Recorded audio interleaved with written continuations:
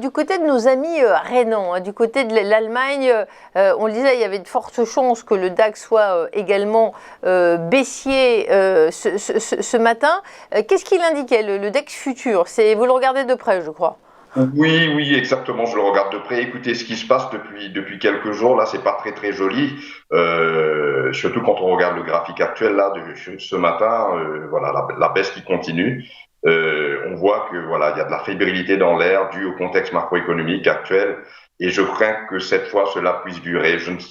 Voilà, je ne pressens pas de rebond tout de suite dans l'immédiat. Quand on regarde la configuration du DAX depuis quelques semaines, on pouvait noter que des figures qu'on appelle les V-shapes. Les V-shapes, c'est-à-dire des formes en V. Alors, il y a des baisses, comme vous pouvez constater ceux qui suivent, il y a des baisses qui s'accélèrent, qui durent 1 ou 2 jours, et ensuite nous constatons une accélération à la hausse jusqu'à casser les plus hauts.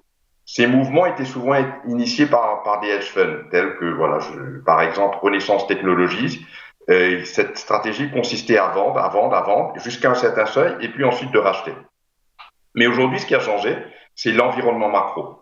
La hausse du prix des matières premières, du pétrole, qui risque d'affecter les entreprises qui ont déjà beaucoup souffert avec la crise sanitaire. Il faut aussi souligner la crainte de l'inflation due à la flambée du prix de la hausse des taux à 10 ans aux US, sans compter l'accélération à la hausse de l'or, qui sert notamment de valeur refuge. Donc on voit que voilà, il y a une crainte qu'on n'avait pas il y a quelques semaines. Et comme par hasard, les inscriptions aux employeurs aux États-Unis ont augmenté, ainsi que les derniers chiffres de l'inflation en Allemagne. Tous ces éléments, si vous voulez, contribuent à ces inquiétudes.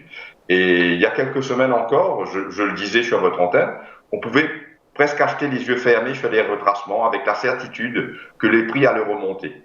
Mais depuis le début de la semaine, nous sommes rentrés, pour moi, dans un nouveau paradigme.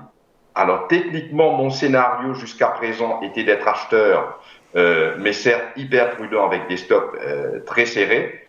Il est impératif d'avoir des stops très serrés, je reviens dessus, parce que la volatilité a vraiment augmenté. Et donc, il m'arrivait aussi d'acheter sur anticipation, sur des niveaux, en espérant, comme je disais, que ça allait remonter. Mais tout ça a changé aujourd'hui. Et moi, mon signal d'alerte se situe à 14 800 points, comme vous le voyez ce matin. Nous ne sommes pas très loin de ce niveau. Et en dessous de ce niveau, avec le contexte actuel, je repasserai sans doute baissier. Je serai très prudent, et ce ne sera pas très de bon augure, je dirais.